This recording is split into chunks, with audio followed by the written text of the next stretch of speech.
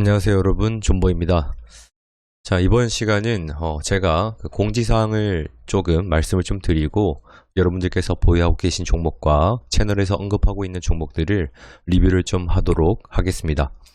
좀 시작하기 전에 제가 어제 영상인가요? 네, 이틀 전 영상부터 해서 자막을 조금 넣고 있는데 이 제 말투가 사투리도 섞여 있고 그리고 줄이는 말투를 좀 많이 쓰다 보니까 자막에서 제대로 글자를 인식을 못하는 바람에 수정하는데 굉장히 오랜 시간이 좀 걸려요. 그래서 제가 결정한 거는 자막 영상이 업로드가 되는 것은 교육 영상만 좀 한정을 해서 업로드를 좀 하도록 하겠습니다. 괜찮겠죠? 그리고 댓글로 시청자분께서 자막도 좋지만 자주 배웠으면 합니다 라고 말씀을 해주셔가지고 자막을 넣고 자주 못 올릴 바에는 차라리 자막을 넣지 않고 자주 좀 올리도록 하겠습니다. 저를 이렇게 보고 싶어 하실 줄은 몰랐어요 여러분. 네. 자, 그리고 제 말투가 유튜브 자막으로 한다고 하더라도 잘 인식을 못할 거예요. 왜냐면은 제가 이렇게 왜냐면은 이라는 말을 하게 되면 굉장히 좀 이상하게 나오더라고요. 그래서 제가 영상을 찍으면서 말이 조금 느려지더라도 표준어를 좀 쓰도록 일단 노력을 해보도록 하겠습니다. 아셨죠 여러분? 자, 그럼 시작하기 전에 제 채널은 엘리어트 파동 이론과 피보나치 황금 비율, 보조지표, 재료들을 이용해서 차트가 어떻게 흘러갈지 한번 살펴보는 그런 채널입니다. 처음 오시는 분들은 오른쪽 위에 이론 영상을 먼저 보고 오시면은 이해가 잘 가실 거예요. 자, 그럼 시작하도록 하겠습니다. 첫 번째는 한라홀딩스입니다. 자, 한라홀딩스는 제가 지난 영상에서 말씀드렸다시피 얘가 5파가 지금 진행 중일 수 있다 라고 말씀드렸고, 만약에 5파라고 한다면 얘가 이 종목이 여기서 5의 1, 5의 2, 5의 3, 5의 4, 5의 5가 나올 수 있어요. 근데 이 5파는 3파의 안에 있는 잘못 말씀드렸어요. 3파가 아니라 여기까지 5의 3파가 끝나고 나서 이 5의 5파 중에 5의 5의 1, 5의 5의 2, 5의 5의 3, 그리고 5의 5의 4, 5의 5의 5가 나올 수가 있다. 이렇게 보시면 될 것 같습니다. 아셨죠 여러분? 그래서 얘가 만약에 4파가 나온다고 한다면 정말 많이 내려가는 경우에는 현재 이 21선이 보이시죠? 이 21선 정도까지도 일단은 내려갈 수가 있다. 특히 이 갭이 보입니다. 이 갭을 메꾸러 갈 수가 있습니다. 아시겠죠? 요거는 요 부분은 굉장히 많이 내려왔을 때를 말씀드리는 거고, 그게 아닐 경우에는 지금 현재 이 한라홀딩스가 추세가 무너지진 않았어요. 21선 위에 있으면서, 그리고 특히 일본 기준으로 정배열을 보여주고 있다 라고 보시면 됩니다. 아셨죠? 그래서 아직까지는 문제가 없으나 현재로서는 이 볼린저 밴드가 살짝 줄어드는 추세를 좀 유지하면서 볼린저 밴드가 좀 줄어들기를 좀 보셔야 될 것 같아요. 그거 말고는 딱히 문제될 건 없습니다. 그래서 얘는 현재 주봉 기준으로 이 장대 양봉의 반 정도를 지켜주는 게 가장 좋고요. 그리고 5일선을 기준으로 해서 5일선을 깨게 되면은 추세가 살짝 무너질 수 있으니까 그거를 마지노선으로 잡으시는 게 아마 좋을 것 같아요. 특히 종목별 투자자를 보더라도 현재 기관에서 매도 물량이 계속 나오고 있는데, 이것은 일단 현재 장 자체가 좀 불안정한 장이기도 하고, 연기금 같은 그런 기관들은 현재 이 고점에서 차익 실현 매물이 나오고 있는 거다라고 보시는 게 좋습니다. 지금 월봉 기준으로는 전혀 문제될 게 없죠. 얘가 완전히 좀 상승으로 가려고 한다면 이 일목균형표를 위로 주가가 올라와야 많이 상승을 할 수가 있을 거예요. 제가 말씀드렸잖아요. 일단 한라홀딩스는 현재 저점이라고 보여지고요. 특히나 재료나 재무제표 이런 거를 봐도 지금 현재 그렇게 고점 부근은 아니다. 그러나 현재 매물대가 많이 모여있는 구간이라서 차익 실현 매물이 나올 수가 있다. 요거를 알고 계시면 될 것 같아요. 그래서 결론은 주봉 기준 5일선을 지키는지 한번 지켜보시고, 현재로서는 나는 좀 더 들고 가고 싶다라고 하시는 분들은 정리를 안 하셔도 크게 문제가 되지는 않을 것 같습니다. 그래서 한라홀딩스는 여기까지 하도록 하겠습니다.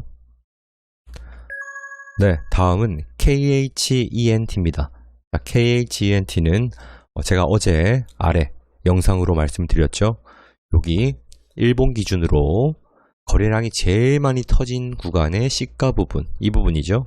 이 부분을 지켜주는지가 가장 중요하다라고 말씀드렸고, 여기 시가 부분을 한번 보시면은 1720원 정도 됩니다. 그런데 오늘 1720원을 완전히 깨버리면서 많은 하락이 좀 발생을 했어요. 마이너스 한 4% 정도, 1660원 정도까지 내려가긴 했는데, 그래도 일단 우리가 지켜야 되는 부분을 오늘 양봉으로 다시 뚫어주면서 어느 정도 이 1750 정도로 올라오면서 마무리를 좀 해줬습니다. 이 정도면은 그나마 저도 오늘 털릴 뻔 했지만 다행히도 지켜줘야 될 부분에서 지켜줬기 때문에 좀 더 지켜봐도 되지 않을까 생각합니다. 특히 스토캐스틱을 보시더라도 우물을 그리면서 이제 우물 위로 요 기준선을 올라와 주게만 한다면 어느 정도의 상승을 기대를 할 수가 있겠죠, 여러분. 네. 그래서 지금 버리는 건 솔직히 좀 아깝다고 생각이 들기 때문에 저는 손절을 하더라도 좀 더 올라오는 걸 보고 좀 버리도록 하겠습니다.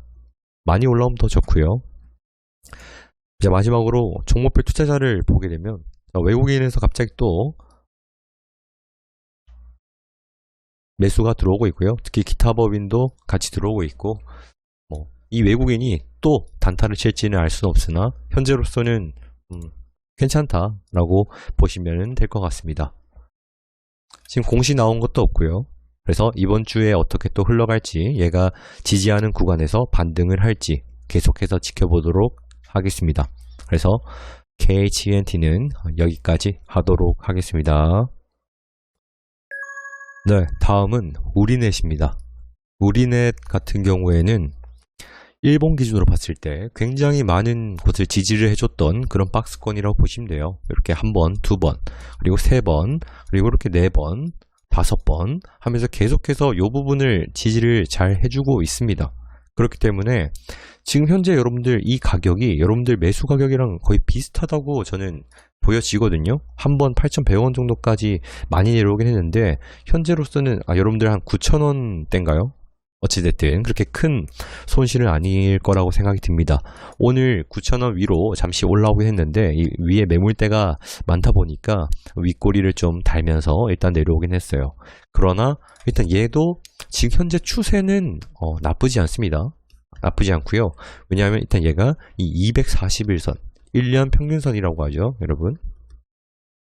1년 평균선인데 241로 안 하셔도 됩니다. 224일선 정도로 맞추셔도 상관이 없어요. 왜냐면은 장이 쉬는 공휴일, 휴일 이런 걸 다 빼게 되면은 한 224일 정도로 하시는 게 거의 좋거든요. 네, 그래서 요 1년 평균선 선정은 여러분들께서 하시면 되고요. 일본 기준 241선을 일단 넘어주면 요 매물대를 뚫어줄 가능성도 크니까 현재 여기서는 손절할 필요는 없습니다. 아시겠죠? 그리고 현재 일본 기준으로 해서 이평선들이 굉장히 모여 있어요. 모여 있는데 현재 얘가 정배열이 되지는 않았습니다. 그래서 지금 현재 신규 진입을 보시는 분들 같은 경우에는 얘가 241선 위로 올라올 때나 아니면은 이 이평선들이 정배열 상태로 만들어졌을 때, 이 정배열이 뭐냐면은 5일선, 11선, 21선, 60일, 120일, 241선으로 해서 이 주가 가격이 차례대로 가는 겁니다. 당연히 5일선이 제일 크겠죠, 여러분. 그래서 5일선이 11선보다 위에 있고 21선이 11선보다 이제 밑에 있고 이런 식으로 정배열이 된다라고 보시면 될 것 같습니다. 그리고 마지막으로 종목별 투자자를 보더라도 뭐 매매 동향이 별로 특이사항이 없죠. 네. 그래서 우리는 또 잘 지켜보시고요. 주봉으로 봤을 때는 좀 더 기다려야 될 수 있어요, 여러분. 그래서 우리는 또 여기까지 하도록 하겠습니다. 네, 다음은 세종공업입니다. 자, 세종공업은 저번에도 제가 한번 말씀을 좀 드렸던 애인 것 같은데 이렇게 크게 W자 모양을 그리는 경우에 이 저항대를 넘어주면은 이 전고점을 넣을 확률이 매우 커지게 됩니다. 아셨죠? 그렇기 때문에 현재 지금 뭐 진입 구간이 크게 나쁘지 않아요, 여러분.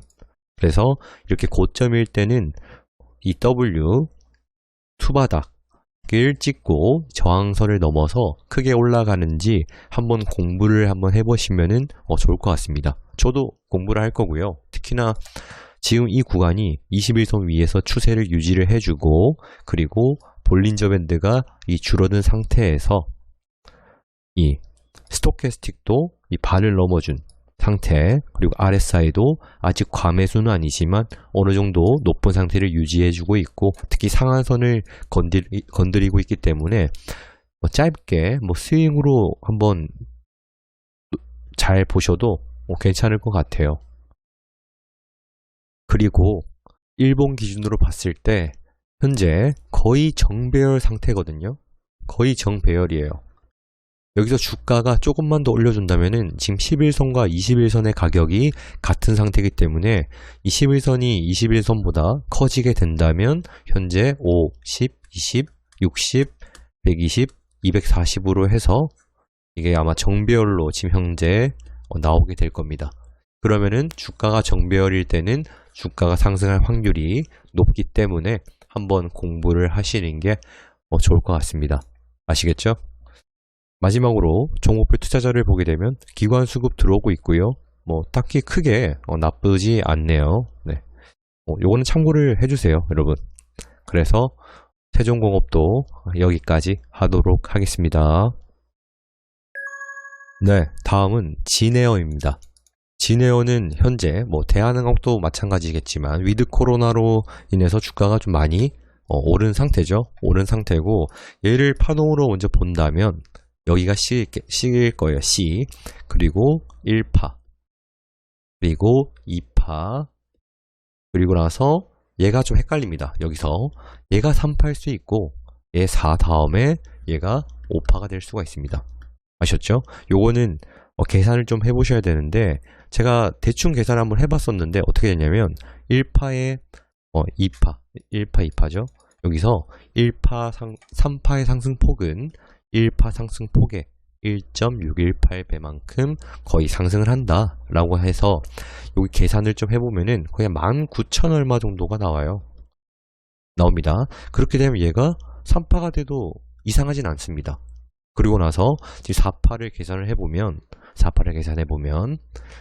3파 상승폭의 38.2%만큼 하락이 나올 수 있다 라고 계산해보면 16,200원 정도 나옵니다. 근데 현재 이 저가가 16,700원 정도예요. 그러면 얘가 4파를 만족을 하겠죠. 그리고 나서 얘가 5파가 나왔다 해도 무방합니다. 계산을 해보면 여기를 이제 3에서 2까지 해서 상승폭으로 해서 계산하신 분들은 이거보다 조금 더 작게 나올 거예요. 현재 요 정도 나올 거거든요. 그러나 이 C에서 3까지 전체에서 61.8%만큼 오파가 나온다고 가정을 한다면 27,000원 이상 정도 나오게 됩니다. 그럼 얘는 좀 더 상승을 할 수 있겠죠. 그러나 지금 다음 파동을 보게 되면 현재 얘가 5파를 찍고 나서 이렇게 A, 이렇게 B, 이렇게 C가 나온 상태고 다시 파동이 시작되는 걸로도 볼 수가 일단 있습니다. 그게 아니라면 다른 방법으로는 3파가 연장이 나왔다고 했을 때 여기까지가 다 3파고요. 그리고 나서 이렇게 A, B, C로 4파를 마무리하고, 왜냐면은 이 4파가 3의 4, 이거를 3의 4파로 볼 경우에 이게 3의 5파고요. 3의 4파와 4파의 저점은 거의 비슷하다고 말을 했기 때문에 얘 자체가 4파가 될 수도 있습니다. 그럼 얘가 만약에 5파라고 한다면 이 정고점을 넘어주고 내려가겠죠. 그렇죠. 이제 요거는 공부를 좀 더 여러분들께서 해보셔야 되고, 그러면 결론이 뭐냐? 결론은 저는 만약 얘가 5파라면은 이 정고점을 보고 올라갈 거라 생각이 들어서, 만약에 뭐 들어갈 볼 만한 자리겠지만 여기서 보셔야 되는 게, 여러분들이 차트만 보면 되는 게 아니라 플러스 공시도 같이 보셔야 돼요. 근데 얘가 뭐가 있냐? 유상증자가 있습니다. 유상증자가 있어요. 17,000 얼마일 건데 공시를 보시면, 자, 공시를 보시게 되면 17,200원입니다. 여러분. 그리고 뭐 확정 예정일이 10월 27일이기 때문에 얘가 완전히 이제 결정이 된 건 아닐 거예요, 여러분. 아셨죠? 그래서 얘는 10월 27일 날 결정이 나고, 그리고 11월 1일 날 뭐 청약을 한다 라고 생각을 해주시면 될 것 같습니다. 그럼 그 전에는 얘가 주가가 확 내리거나 그럴 일은 꽤 크게 없을 거예요. 그래서 저는 제 생각에는 한번 상승을 좀 시키고 난 다음에 하락이 좀 나올 것 같다라고 판단이 되니까, 이 진에어 같은 경우에는 너무 많은 금액으로 하기보단 소액으로 좀 해서 한번 자신이 공부한 거를 테스트하는 용도로 아주 좋을 것 같습니다. 그러면은 진에어보다는 당연히 대한항공을 보는 게 더 좋겠죠, 여러분. 왜냐면 대한항공도 차트가 거의 비슷합니다. 아셨죠, 여러분? 둘 다 흐름 자체는 나쁘지가 않아요. 진에어도 RSI는 지금 거의 광해수 근처고, 대한항공도 뭐 근처고, 어느 정도 이제 차익 매물이 나올 수가 있는 그런 상황인데, 일단 기관을 보시면은 미친 듯이 삽니다. 그렇죠? 진에어도 미친 듯이 사고요. 이렇게 기관 물량이 엄청나게 매수할 때는 같이 따라 들어가도 크게 나쁘진 않습니다. 그러나 갑자기 매도가 나온다든지 갑자기 급상승을 한다든지 할 때는 분할로 매도를 해주시는 게 가장 좋을 겁니다. 아셨죠, 여러분? 네. 그래서 진에어도 여기까지 하도록 하겠습니다. 네, 이번 영상 여기까지 하도록 하고요. 영상이 도움이 되셨다면 구독과 좋아요 부탁드리도록 하겠습니다. 감사합니다.